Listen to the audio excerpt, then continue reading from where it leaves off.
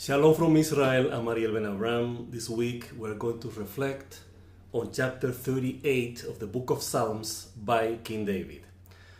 It begins with a brief introduction saying a psalm of David, a petition. It's a request that David is presenting to God. So this is interesting. It's an interesting psalm because it's full of metaphors that are very common in the Hebrew Bible.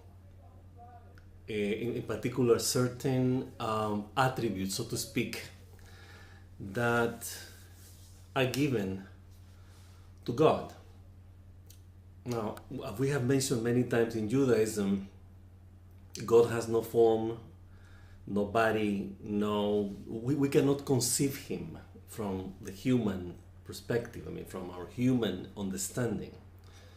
So every reference that the Torah, the Hebrew Bible, does about God, of course, are human for us to understand his attributes and his ways, the way he relates to us and to his creation.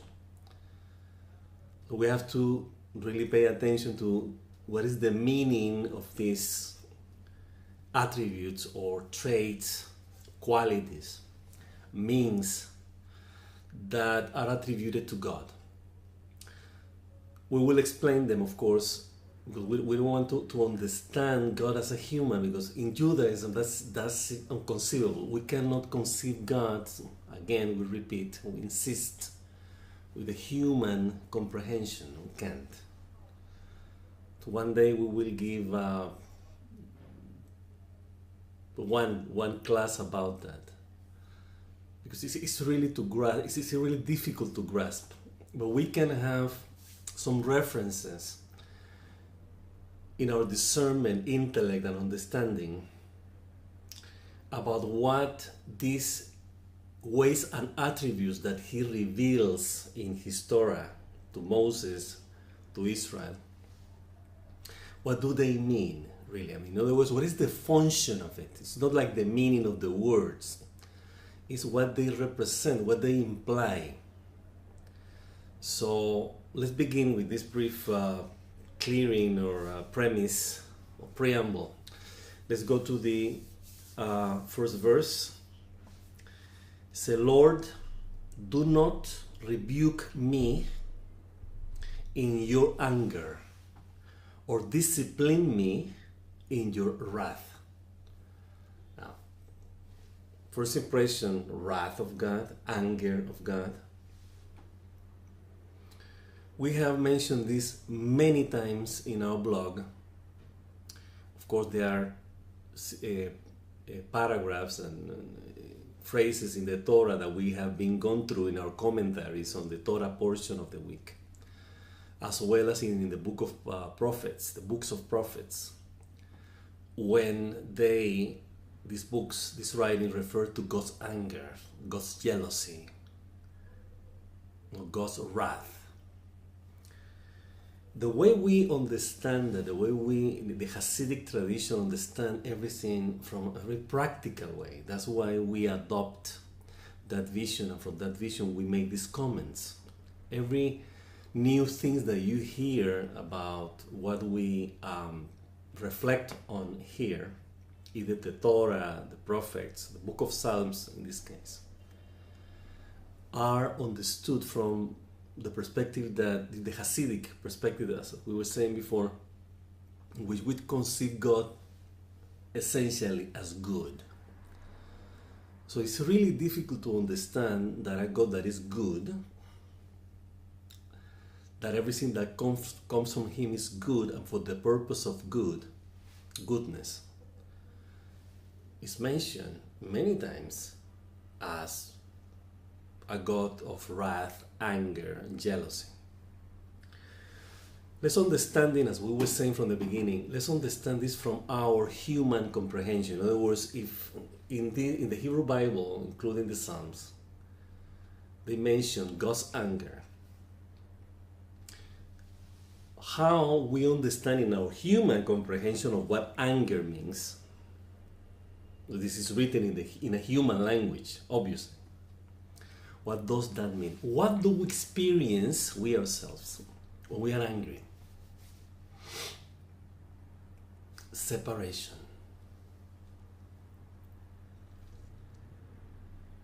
When we are jealous of someone or something, we covet that which we believe should be ours. So it's a connection of, it had to do with a relationship. I mean, that's obvious. You know, I'm angry. If I'm angry with something or about something. It's not I'm angry because I'm angry, I don't know what I'm angry. No, we have a reason to be angry.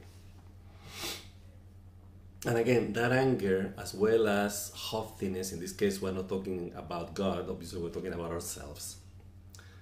Like arrogance, anger, envy, lust, coveting, greed. These are, call it feelings, attributes, whatever you want to, we're going to get into that now. Qualities, attribute traits that isolate, separate ourselves from the object that we covet, from the object that we lust, from the object that we desire. So then we're angry and we're jealous and we're coveting. So we establish a separation, distance. So this is the way we have to understand this. So when we're talking about God's anger, we're talking about God's distance, separation from us. And who is separating from God? He? No. Us. We know that, by the way. In what way we separate from Him? Not following His ways and attributes by which He relates to us and His entire creation. We're talking about, we repeat this many times, we have to do it all over again and again and again. Compassion, grace, abundant in loving kindness, truth, forgiving, cleansing, and slow to anger. So it's interesting, if the Torah in Exodus, yes, chapter 36 or 34, I think the 36, no, 34 verse 6 and 7, the attributes of compassion of God, slow to anger.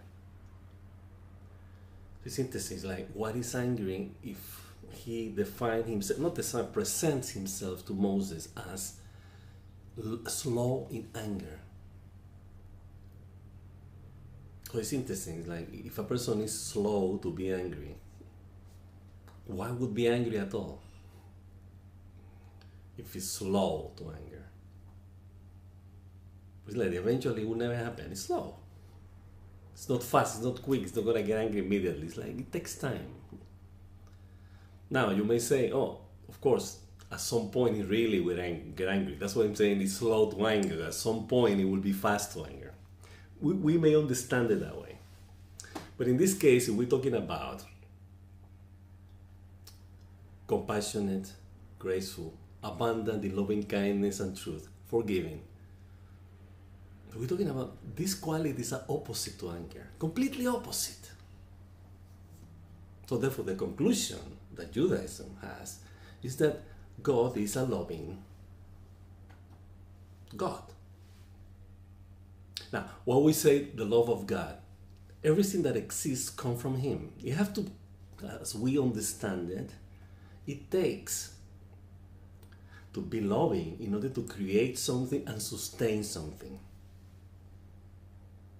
For instance, in this case, the entire creation. Imagine, talking about something big. And then the sustenance is there. We breathe. So that's love. The way the Hasidic tradition understands it and the way we understand it, and common sense actually understands it. It's not like difficult to get. So, when we are angry, the way we understand anger is distance, it's the separation. So, in other words, when we separate from somebody or something that we love, and we want it back, but we are separated from it, we're angry. So the anger and the wrath is the distance, the separation that we establish between the object of our desires or our love. Therefore, there's jealousy. Jealousy is that we want what we love with us.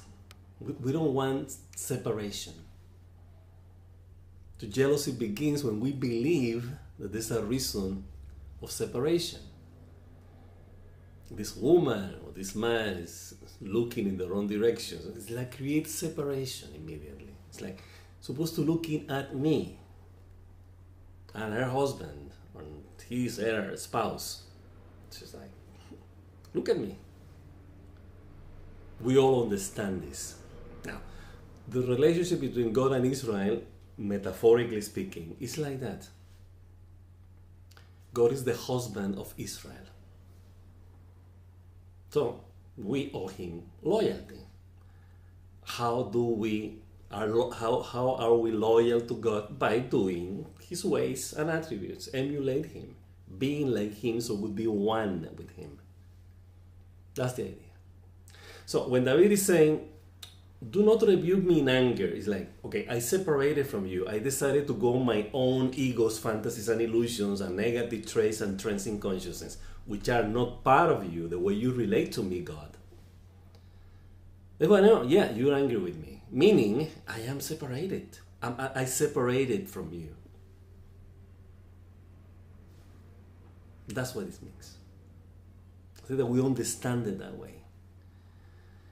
Because we're talking about anger will be death immediately. It's like God doesn't, it's angry with us, we die immediately, like ipso facto there. There's no hate anymore. That's it. That's really anger. There is no love anymore. But then we're still alive and breathing and having the ability to return to God, to close the gap, the distance, the anger, the wrath. And actually, we're the ones who experiment that, by the way. When we're separate from what we want and what we love, we're angry. It's not going the way we want. So God is not angry, excuse me, it's not human. What's the way we understand it? It's about us. It's not about him. It's about what are we feeling on this. It's our problem, it's not his. Now the way it's read is like, hey, you're angry. It's like, you have a problem, God, you're angry with me. Excuse me. It's not that way. It has to do with us.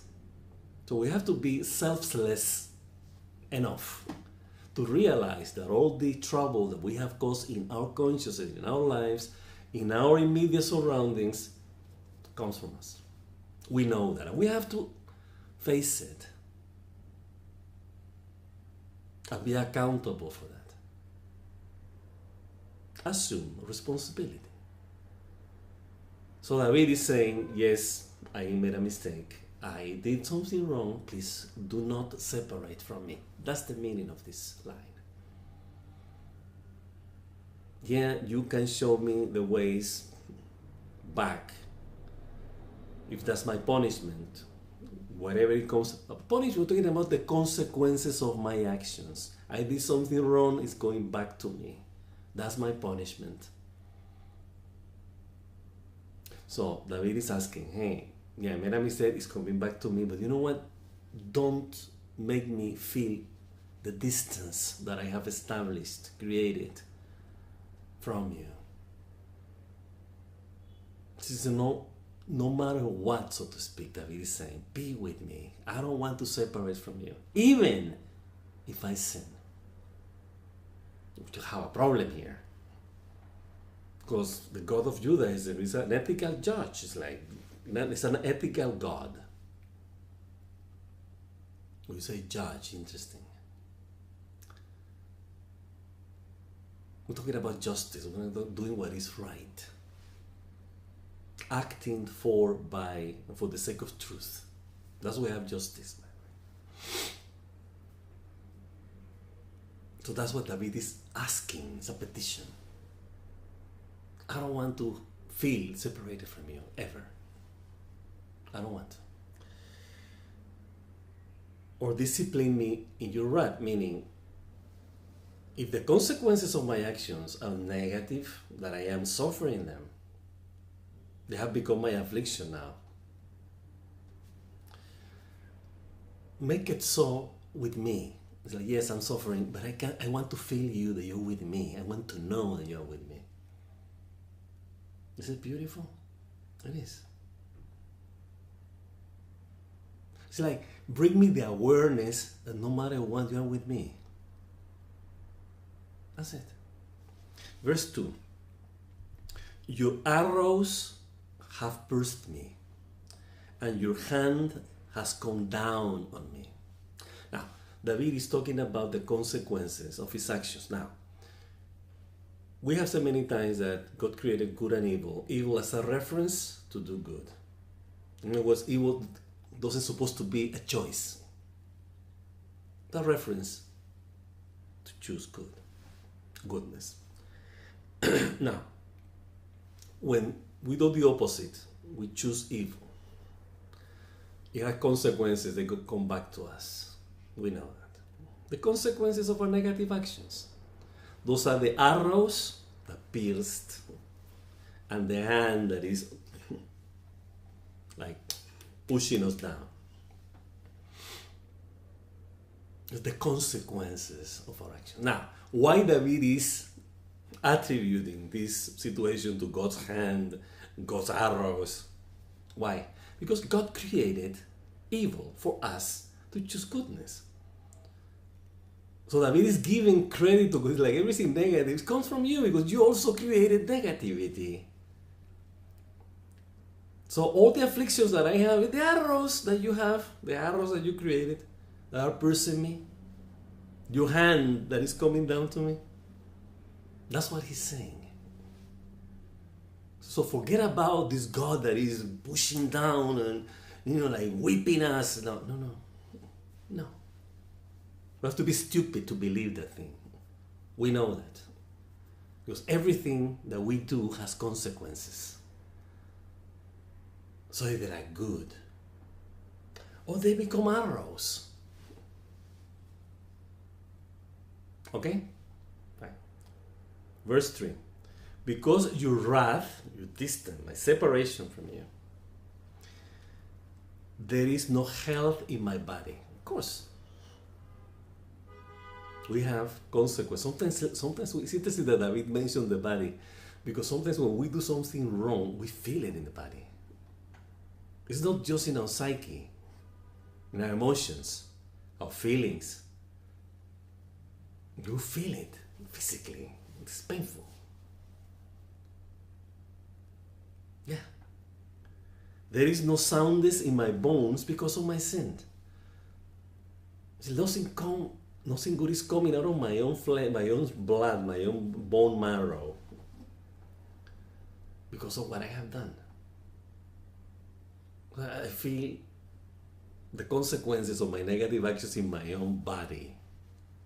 So David is asking God, it's like, I know this is not, look, this is not nice what I'm feeling. So it's like, please don't abandon me. Don't abandon my connection with you. Don't abandon in myself the awareness of goodness that I am and I'm destined to be, to have a manifest. Okay. 4. My guilt has overwhelmed me like a burden too heavy to bear. It's beautiful. See, this is my guilt. It's my problem. It's not your. I created all this mess. I'm overwhelmed. It's like everything. I didn't think that this thing wrong that I did was going to be so bad. The consequences coming back to me. Too heavy now. It's like, wow, I realize that I really made a mistake, a big one. And again, let's understand sin, transgressions, mistakes as part of a learning process to elevate our consciousness. That's what David is asking here. It's like, yeah, I sin also. I made mistakes, and this mistake cost me. Even in my body, I feel it.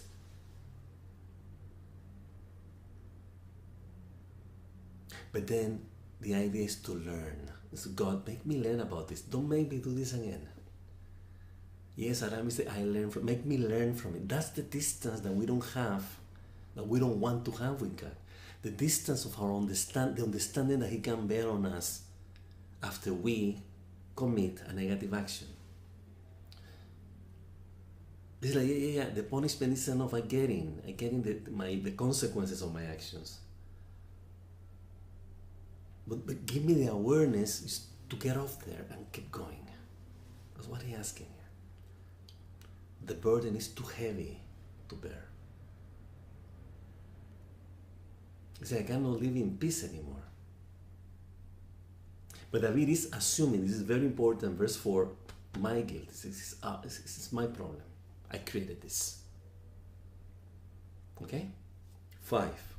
My wounds fester and are loathsome because of my sinful folly. No, it's folly. The Talmud says, everybody's perfect. Everybody's good. When you say everybody's perfect, I mean everybody's good. Until a spirit of folly comes into one. And then anything negative we do, we blame it on the spirit of folly. It's interesting, though. Because we're essentially good.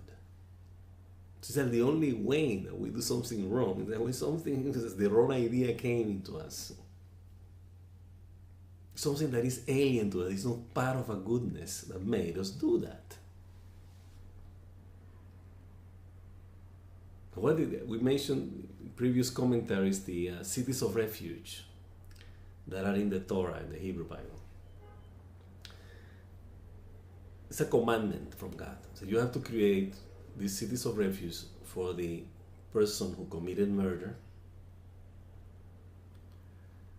and he's running for his life. So now you may think that the guy committed murder and he's running for the life. You have to give him shelter.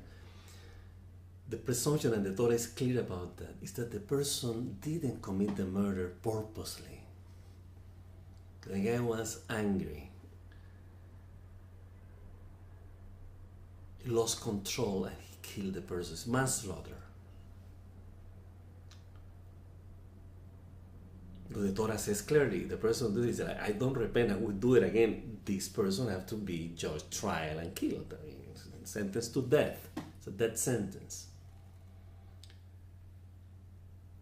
But God is telling us, your essence is goodness. So you do something wrong, even murder, you have to go back to the goodness in you, to who you are. So the spirit of folly came into you and you committed the murder. This is what it is.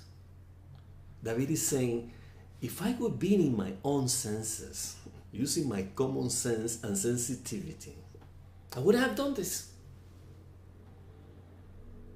So what are the spirits of folly that get into us? Guess what? You know them already. I'll repeat them in every video, in every commentary in the blog.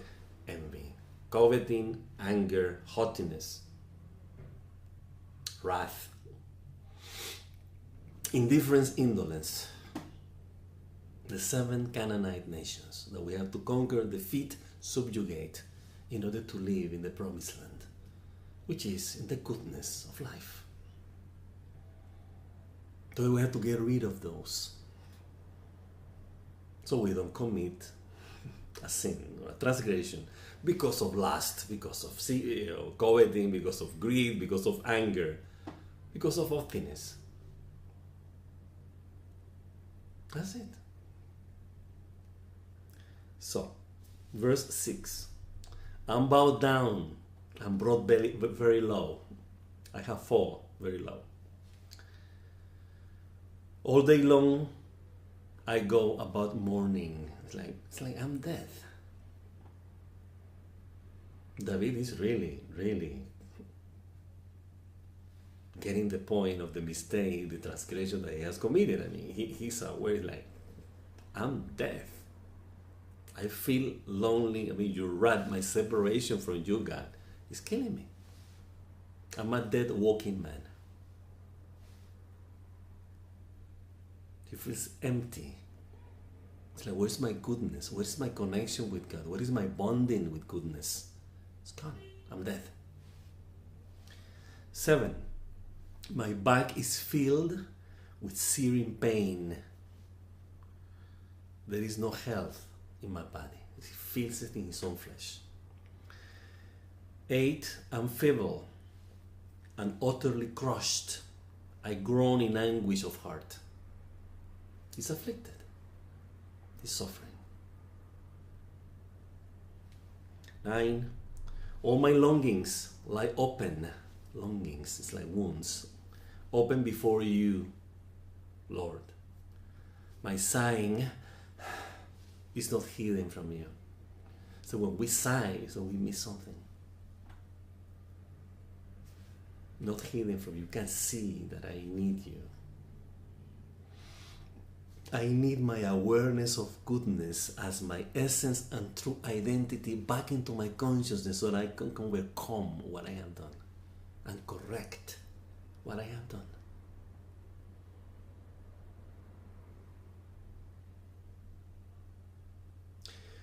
10. My heart pounds, my strength fails me. Even the light has gone from my eyes. See, David feels dead. It's like, even the light, I can see. Everything is dark. He lost perspective. He's completely lost. He wants God in him again. He wants to get the awareness of the goodness again. Feel alive. Feel the light. Feel the love. The goodness. The expansion. Life. 11. My friends and companions avoid me because of my wounds. My neighbors stay far away. Now, you can take this literally. We have committed something wrong to our friends, don't talk to us. Even our family is like, why have you done? But at the same time, we have to understand what are the friends, the brothers, and the loved ones in our consciousness. Who are they? What are they? The good, positive traits and trends in consciousness. They abandon us. It's like what happened with our sense of generosity, or a sense of care, or a sense of loving, or a sense of doing positive, good actions. Where is it? It's lost. Those are our friends, by the way. Our principles, our ethical principles we live by. Those are our friends. Those are the ones that love us. And they abandon us. I mean, we abandon them, actually. But of course, we see as they abandon us. That's the way we feel, by the way. Yeah, but I caused the situation. Oh, no. We don't say I caused the situation. It's my guilt, it's my responsibility. No. They are abandoning me. God is abandoning me. Excuse me. We have created all this mess. We fix it. So we have to bring back the good traits and trends in consciousness that define our identity.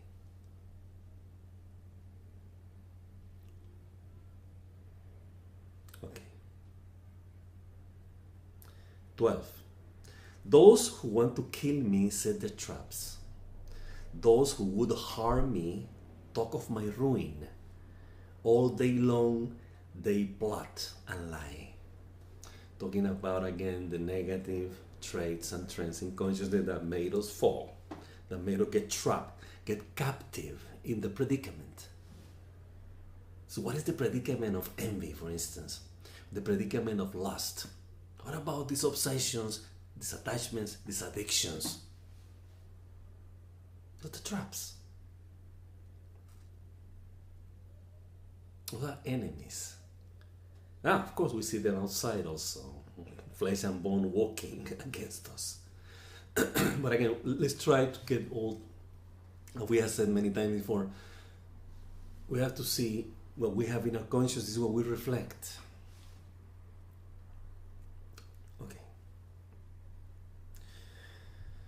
13.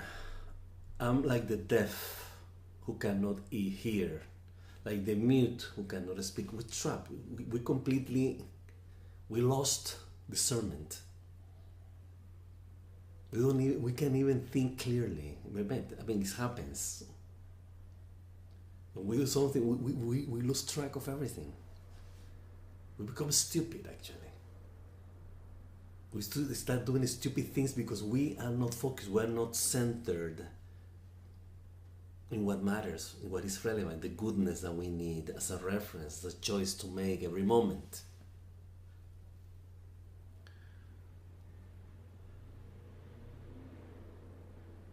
I have become like one who does not hear, whose mouth can offer no reply. I cannot even answer. Talking about a great burden that David is carrying here. And we all carry those guilts, those burdens, those consequences of our negative action or carelessness, our indifference, indolence, neglect, basically, negligence. We do that all the time. Then we have to face it later and say, oh, what I have done. Now we have to carry the burden. Meaning we are until we fix it, we correct, we try to mend. Are we done? What we have done. 15. Lord, I wait for you. You will answer. Lord my God. David doesn't lose hope. It's like, you made me this way. And you support me. And you are my sustenance. I know you are with me. You will be with me. So David trusts in God. In God's love. But again, nothing like, oh, it's God's love. It's like, in the love, God is giving us true goodness, the goodness that we can perceive around us and have around us. That's God's love, by the way. So let's not perceive God's love like this old man with these sad eyes, loving us constantly. So many people see it, by the way. We have to get this tangible love that He has for us. We breathe, we see God's love. It's a very good way. Breathe. It's God's love while we breathe. What keeps us alive. That's true love. The greatest love of all. But David is asking, says, give me the awareness. I know that it is, but I want this awareness to be with me. I want to become conscious of this.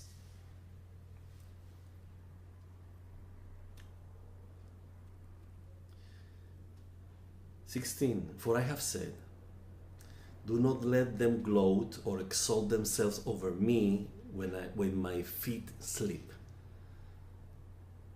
It's like, I want God to be with me because God is going to allow the negative things that He created for us to have them as references, not as choices. God doesn't want these negative traits and trends in consciousness to prevail in His creation. He doesn't want, it's designed that way. You read the Torah, that's the way it is.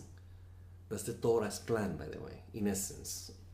Make goodness prevail. Making goodness prevail. So David knows this. It's like, you're not going to let negative traits and trends in consciousness and egos, fantasies, and illusions to exalt, to be happy because, in other words, to rule.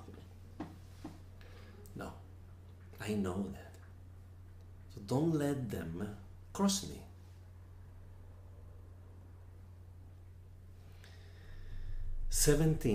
For I'm about to fall, and my pain is ever, always with me.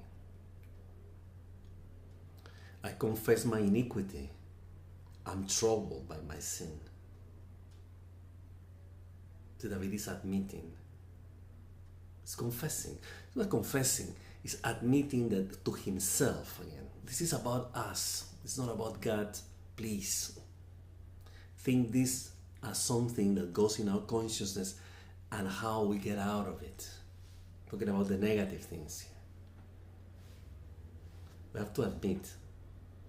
Because if our arrogance, okay, and our wrath and our anger, they will never let us admit anything. What a wrathful person saying, I'm right. What an arrogant person saying, you're wrong, I'm right. So David is coming back to humbleness. I admit, I made a mistake. 19. I'm troubled by my sin. 19. Many have become my enemies without cause. Those who hate me without reason are numerous. David is coming back like, God, I am essentially good.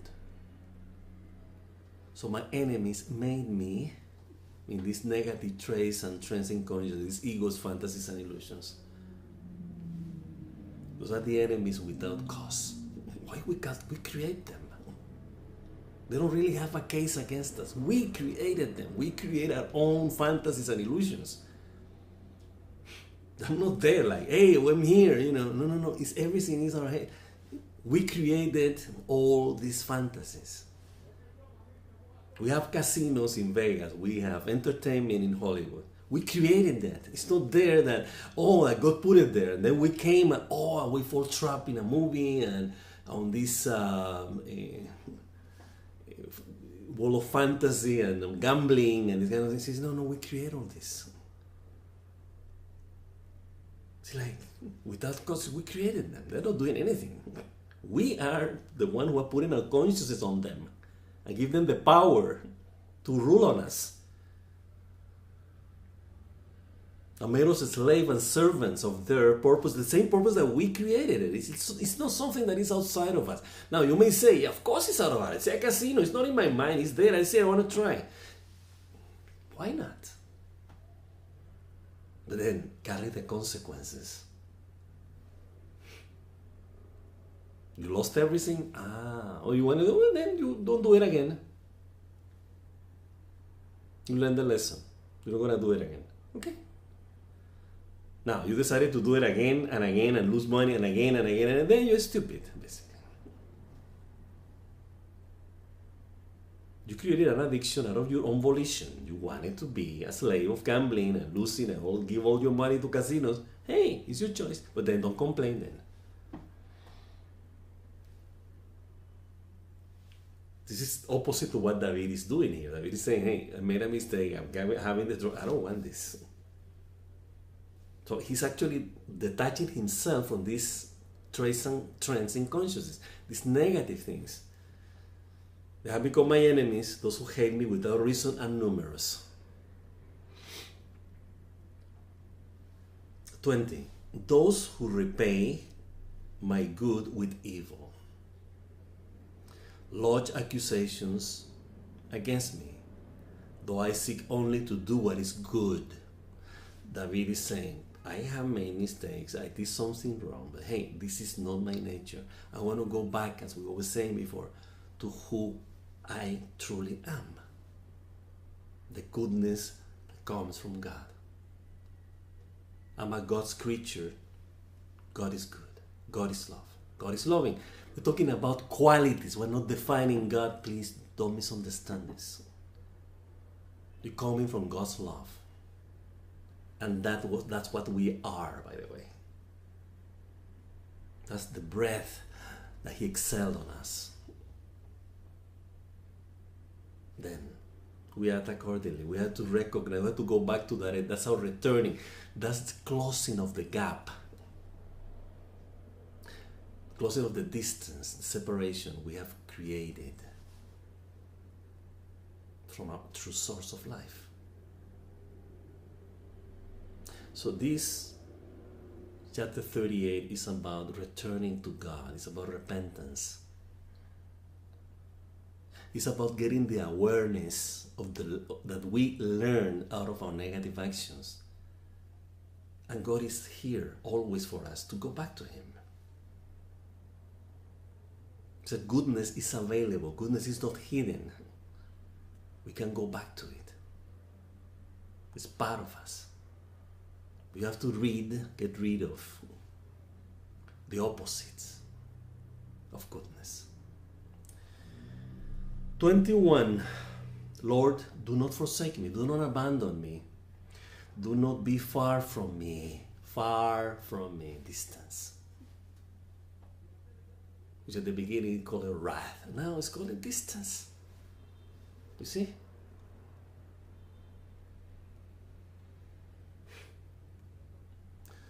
Do not be far from me. But we are the ones who are far from God. So we have to return. But David is asking God, you can help me clean my consciousness.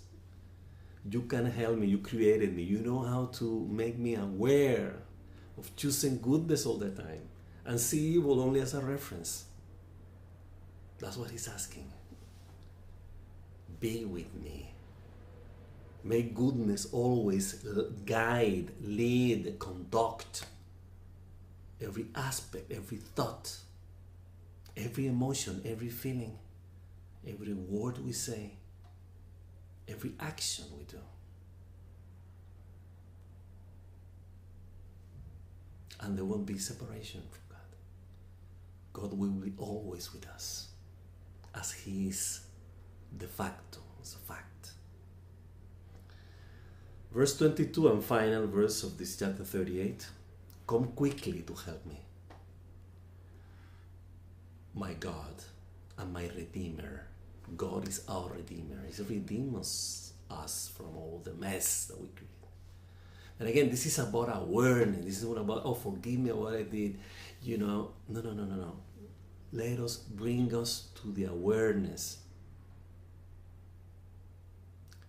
that we need to be always choosing goodness. That's our redemption. Goodness is our redemption. We know that. Goodness is what redeems us from evil, from wickedness, from what is wrong, from the suffering, from the affliction, from the burdens.